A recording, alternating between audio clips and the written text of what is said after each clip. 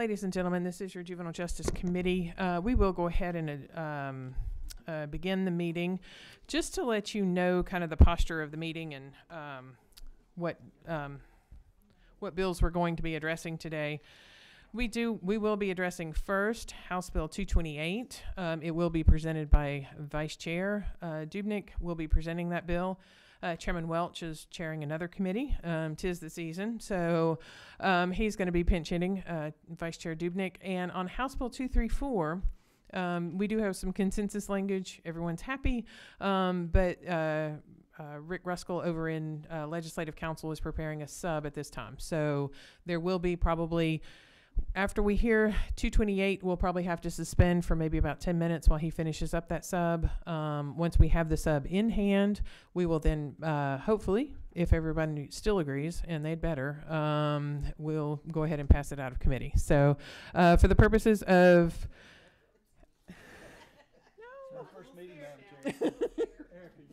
All right. As you can tell, Juvenile Justice is a little bit of a sassy committee today.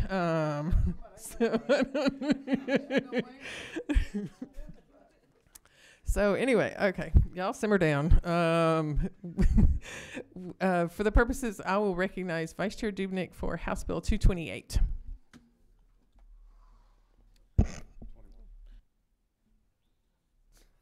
Okay. Wes, simmer down now. Okay. Again, we are looking at House Bill 228. I want to try to talk through some of the changes as Chairman Welch presented this bill the other day. So, members of the committee, you all have the updated version in your folder. So the changes that I'm speaking of are from the prior bill. So bear with me as I try to get this right and do him justice. The original section 1-7, excuse me, we're going to be striking because there's an incorrect cross-reference that was made when this was put together, and there's no need for the definition of the parent in that section. Well, it's not in here anymore. Just for clarification, it is no longer there. We struck the section 1.7. I can read that to you.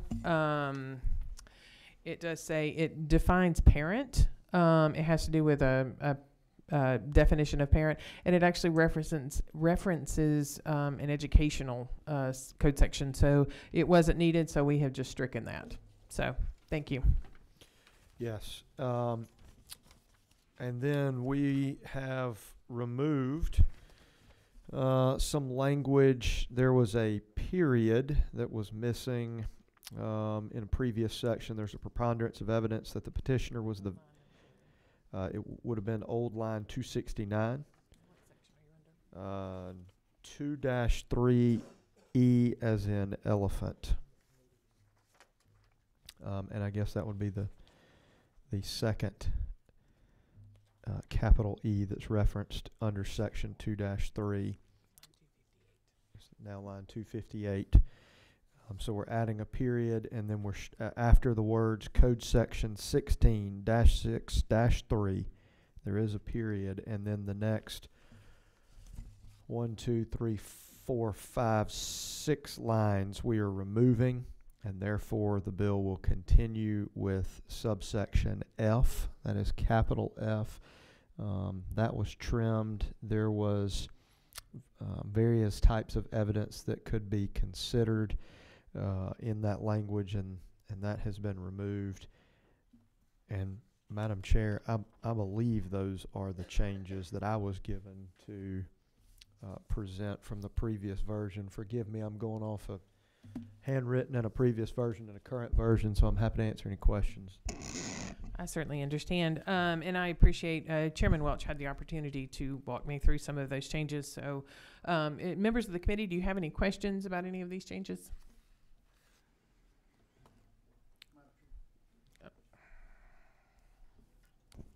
We're working Representative Collins. We're working on LC 411848S, is that right? That is correct.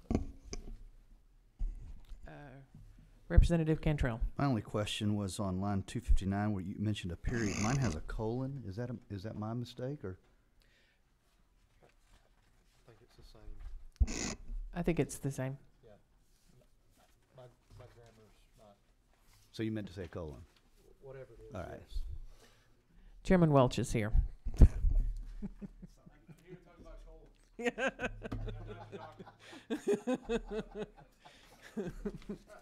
You know, the whole Juvenile Justice Committee's been a bit sassy today, so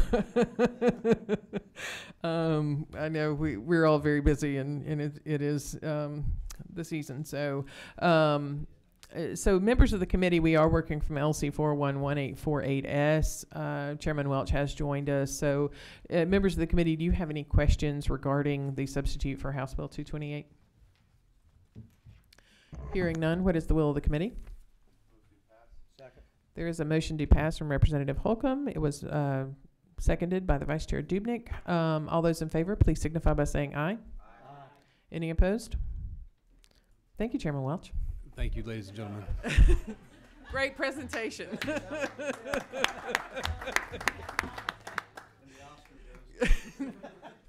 Thank you, ladies and gentlemen. We are still, my assistant is over at Legislative Council to pick up the substitute for House Bill 234. So please hang with us. We will be in suspend for probably about 5-10 minutes, but I will call the meeting back to order once we have that substitute. Thank you.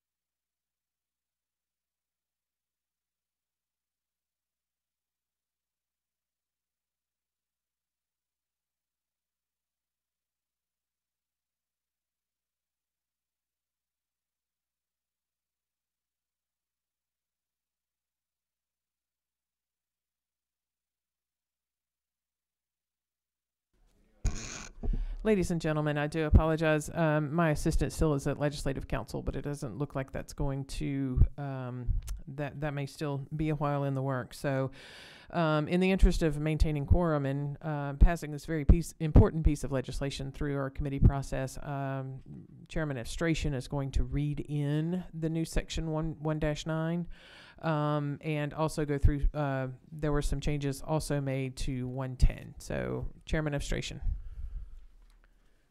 Thank you, Madam Chair. So, ladies and gentlemen of the Juvenile Justice Committee, I bring back before you for your consideration House Bill 234. This is a committee substitute, LC 345516 ERS, with an amendment that I'll present in a moment.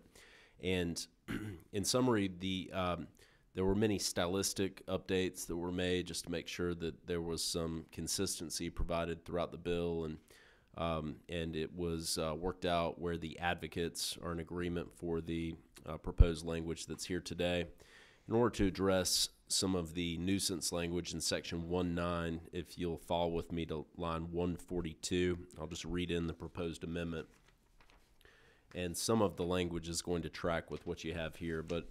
And Madam Chair, also with your permission, I'll provide this sheet as for review by Legislative Council as to the documentation of the amendment. Yes, thank you. Before we hear the amendment, is there a motion on the LC 345516 ERS? There's a move, a do pass from Vice Chair Dubnik. Is there a second? There's a second from Representative Collins. So now that we have the move do pass, you have some amendments, Chair Estration, and starting at line 142. Yes, thank you. I believe it's 142 to 151, and some of this is going to track with the language that you already have in here, but it would be C, the occurrence of either of the following shall be prima facie evidence of the nuisance and the existence thereof where there is, 1, conviction of the owner or operator of any building, structure, or place for sexually related charges, or 2, when the prosecuting attorney of the county in which the property is located notifies the owner in writing of 3 or more separate unrelated sexually related charges that results in an indictment or accusation within a 12-month period, provided, however, that it shall not be prima facie evidence when such charges results directly from cooperation between the property owner or his or her agent and law enforcement agency, period. So that is the amendment, which, as I understand it, the criminal defense attorneys, PAC, and anti-human trafficking advocates have all reached an agreement. Yes. Okay.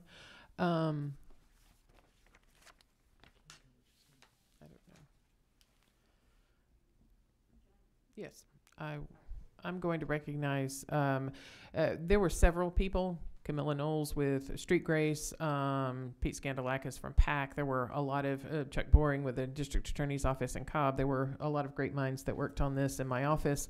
Earlier today, our dedicated scrivener was Jill Travis with Gactyl, and I believe she has a clarification for the amendment, if that's correct. So if you'll step to the podium, please, Ms. Travis. Chairman Estration read everything, the writing scribbles very well. It's just that just for the committee's clarity, the amendment actually starts on line 127, and so the definition actually changes a bit. And the copy that Representative Estration has replaces lines 127 through 158, so that the committee can be clear. Okay. All right.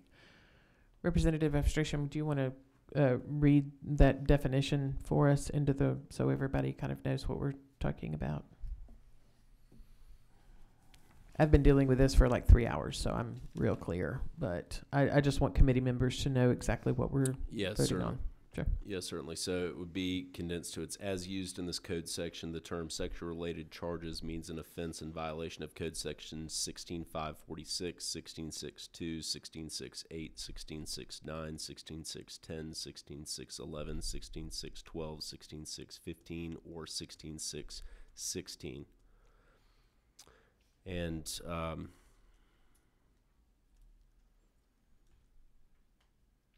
Okay, thank you, as Chair Strachan. yeah, as far as B,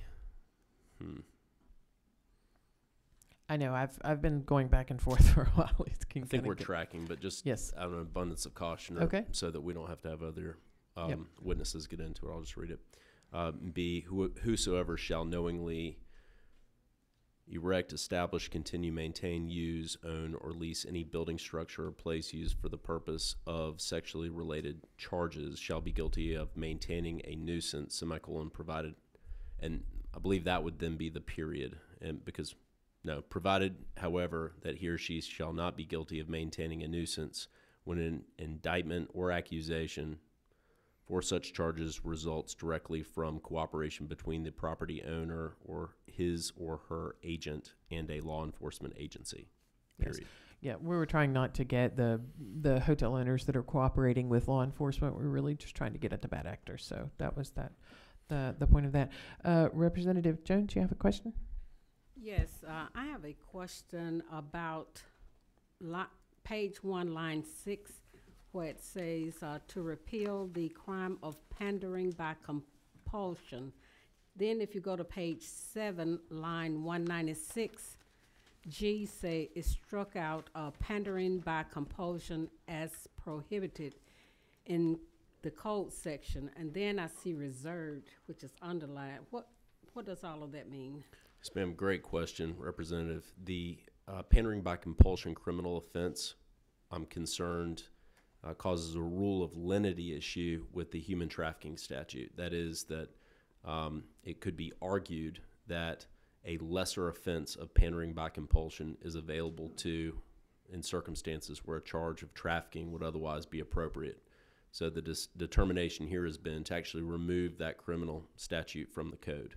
So if we remove it, what does reserved and underlined mean? Means that there is no law where that subsection was. And So on line 196, would it just read reserved? yes, when ma'am. we amend it? Okay. And that's consistent with a lot of times when we remove chapters or sections, we put reserved in there, just show that there was something there previously, but it's been removed. Okay, thank you. Thank you, Representative. Are there any other questions that the committee members have? Okay, so we have a motion to pass on LC 345516 ERS. There was an amendment. Is there a movement? Is there a move to accept the amendment? There's several and seconds. Any opposed to the amendment? Okay, so the amendment is added to 345516 ERS. The printed copy that Chair Strachan referred to will be provided to Legislative Council for clarity. And so there is a motion to pass as amended, LC 345516 ERS. There's a motion to pass. There was a second. Members of the committee, all those in favor, please signify by saying aye. Aye. Any opposed?